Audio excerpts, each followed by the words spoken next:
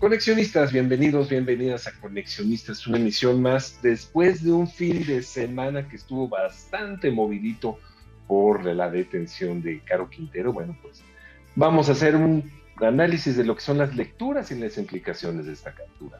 Edgar, ¿cómo estás?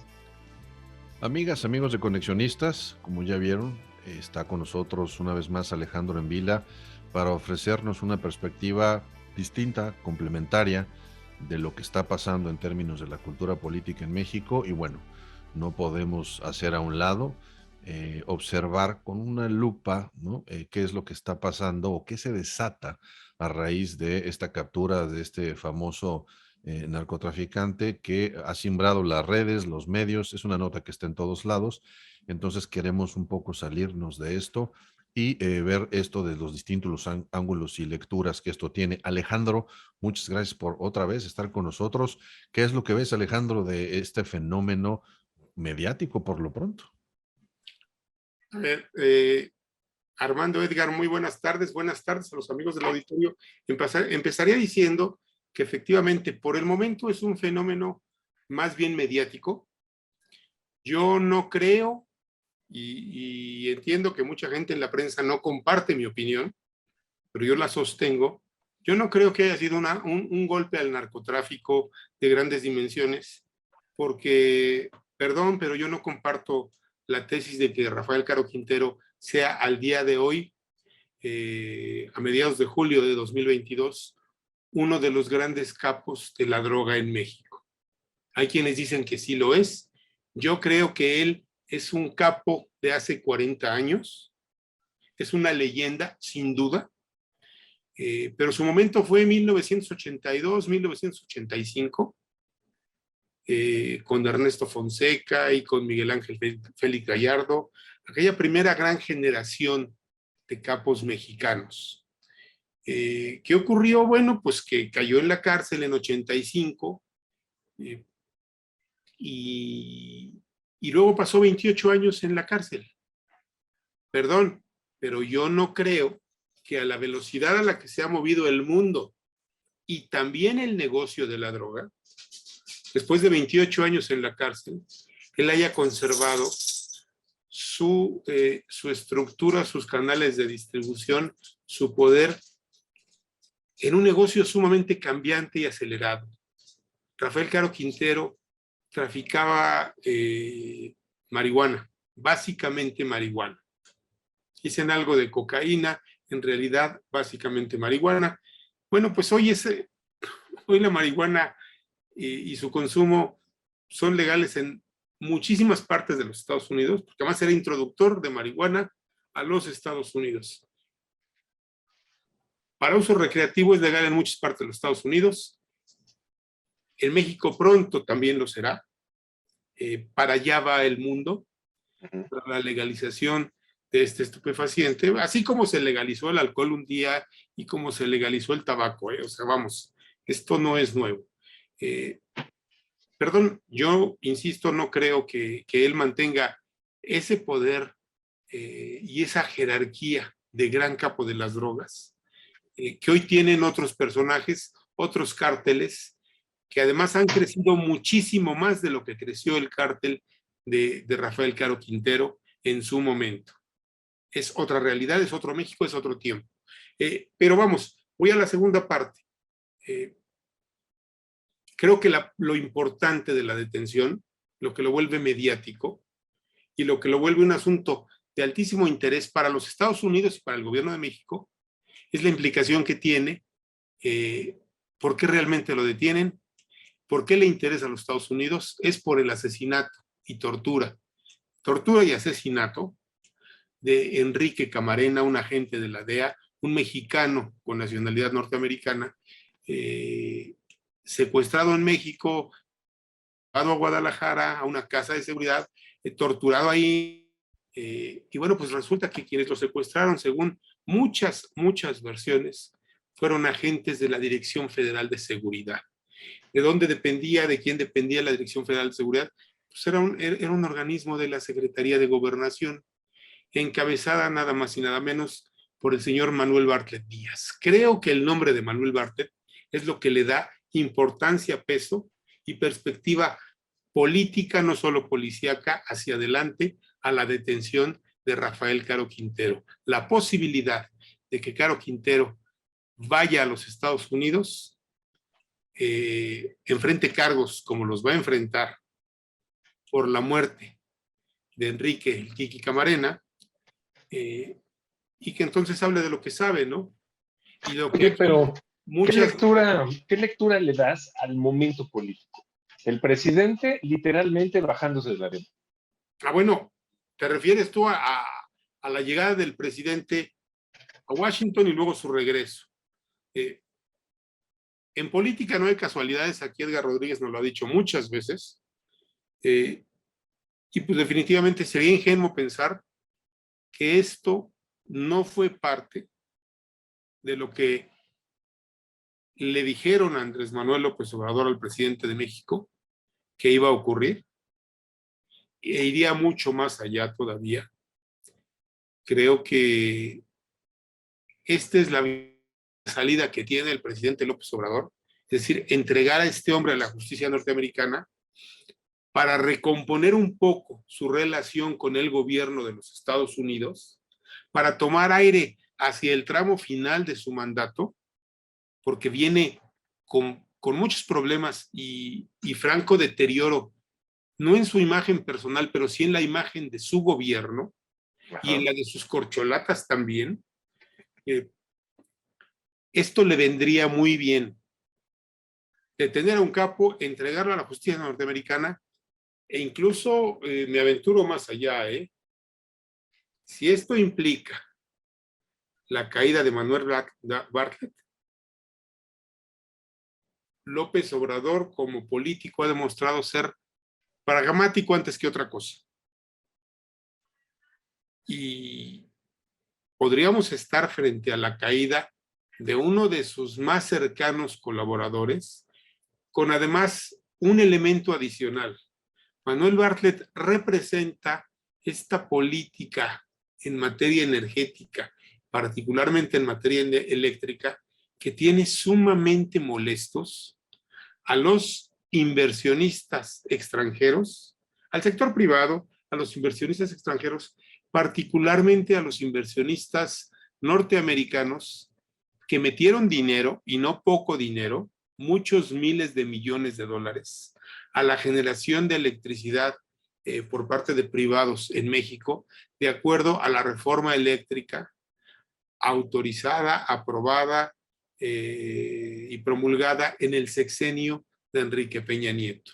Empresas como Walmart han gastado mucho dinero en instalar parques para generación de energía eléctrica, de energía a la que le llaman limpia, solar fotovoltaica básicamente, y ellos sí están muy molestos con este cambio de reglas que el gobierno quiere imponer, y ellos han sido los que han llevado la voz cantante diciendo, a ver, esto viola el Tratado de Libre Comercio, esto viola la seguridad jurídica de las inversiones, van a llevar a México, y ya lo advirtieron, a paneles de controversia en los que México va a perder, no tiene manera legal de ganar, porque efectivamente este cambio de señales en el gobierno viola eso. Bueno, Manuel Bartlett representa todo eso.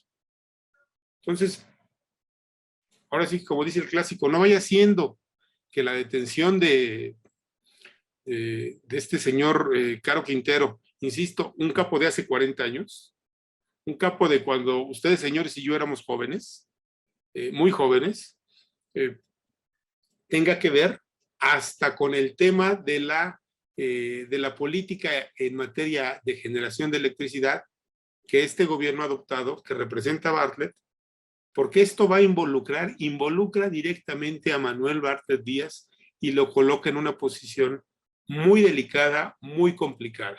Si Caro Quintero llega a los Estados Unidos, pues creo que el siguiente al que pueden pedir extradición es a Manuel Bartlett.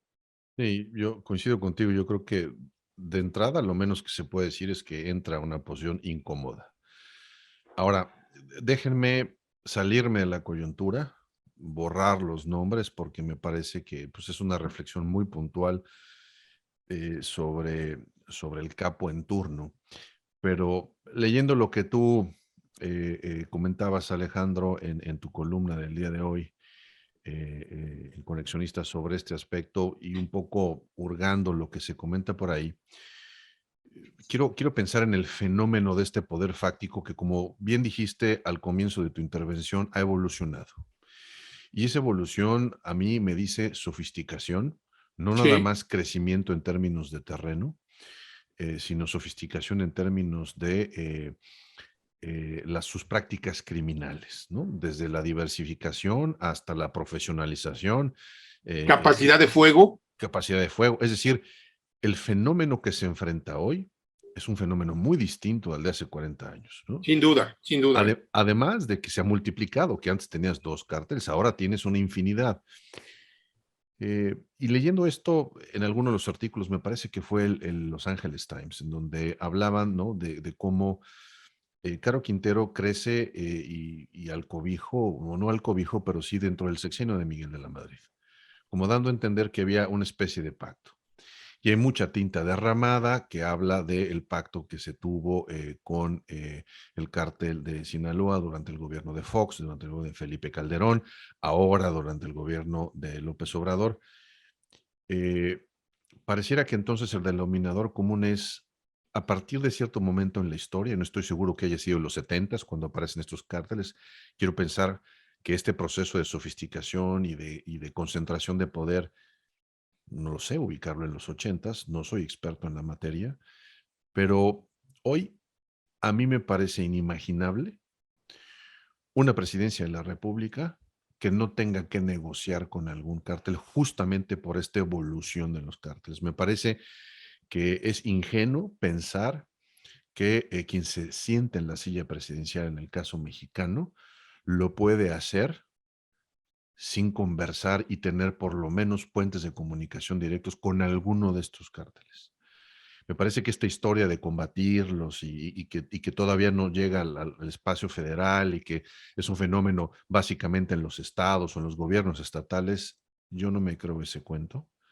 Quizás también debo de reconocer que este es uno de los temas en donde más especulación hay y es uno de los temas en donde menos información nos conviene tener, pero yo creo que a la luz de esto, yo me imagino que si Andrés Manuel en el momento que entregue el poder, si pensando, por ejemplo, en la figura de un Marcelo Ebrard que hoy, si es cierto lo que se está comentando, bueno, pues también tendrá que lidiar, ¿no? Esta corcholata para contener, explicar, dialogar, ¿no? ¿Qué fue lo que pasó en esas negociaciones con la DEA o si no la DEA?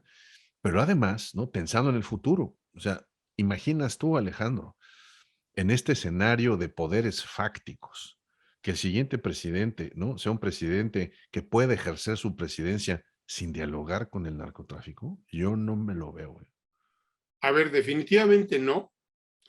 Y esto que puede sonar muy escandaloso, no es diferente en otras partes del mundo.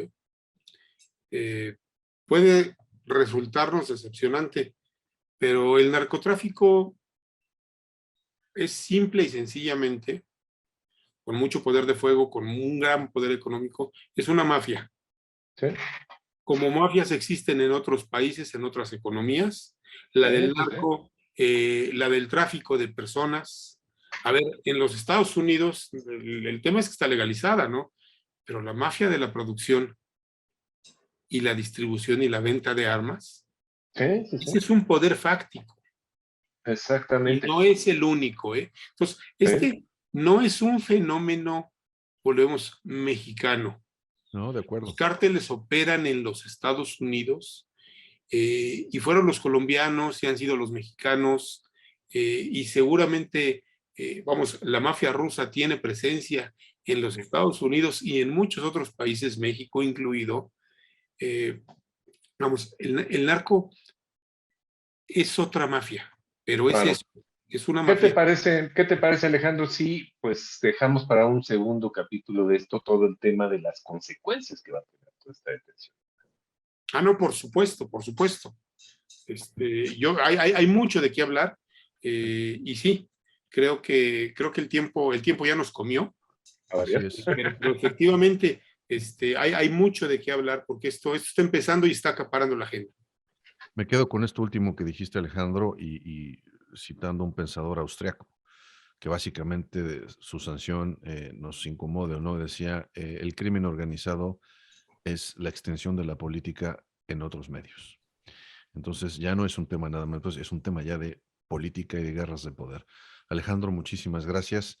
Y bueno, hay que darle seguimiento a este tema porque falta esa otra parte, esa otra cara de la moneda en las consecuencias, porque esta historia está lejos de terminar. Muchas gracias, Por Alejandro. supuesto. Y Muchas no gracias. no se pierdan, el artículo de Alejandro está en Conexionistas, La Hora de Bartlett se llama, léanlo porque está muy, muy interesante. Alejandro, rápidamente tu Twitter. @ Vila Fisher. Magnífico. Y a nosotros, recuerden, a nosotros nos encuentran como Conexionistas MX, tanto en Twitter como en Facebook. Nuestro canal en YouTube se llama Conexionistas México y en Spotify, Conexionistas. La música que escuchamos es de Alejandro Sabo, ahorita la encuentran en YouTube, y el diseño es de Sofía Reynoso, ella la encuentran en Facebook. Y recuerden dar me gusta a este video y suscríbanse a nuestro canal, se los agradeceremos mucho. Nosotros somos Conexionistas. Muchas gracias.